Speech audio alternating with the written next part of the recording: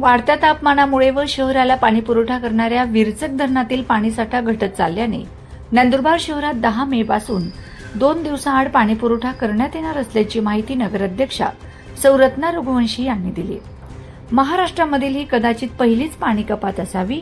आगामी काळात संभाव्य पाणी टंचाई टाळण्यासाठी हा निर्णय पालिकेने घेतल्याचं त्यांनी सांगितलंय।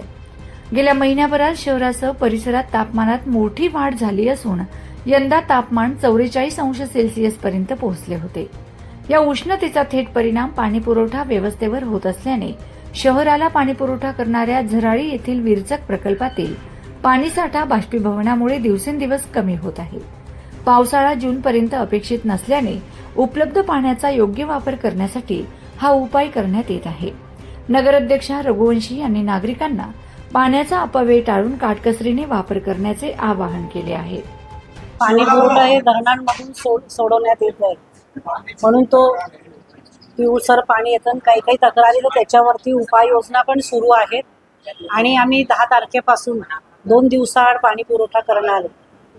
कारण की उन्हाळ्याचा पाहता धरणात पाणी पुरवठा बाष्पीभवनामुळे कमी होत चालला आहे, जेणेकरून आपल्याला जूनपर्यंत पाऊस काही पडत नाही। जूनच्या एंडपर्यंत आपल्या नंदुरबारात पाहिजे तेवढा पाऊस येत नाही। जुलै ऑगस्टमध्येच पावसाचं प्रमाण हे थोडंफार प्रमाणात सुरू होतं।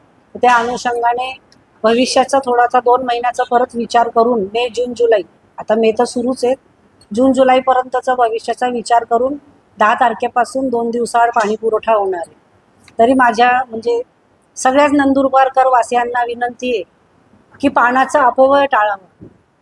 म्हणजे काहींच्या टाक्या वाहतात, त्या टाक्या वाहनं बंद करून द्यायच्या।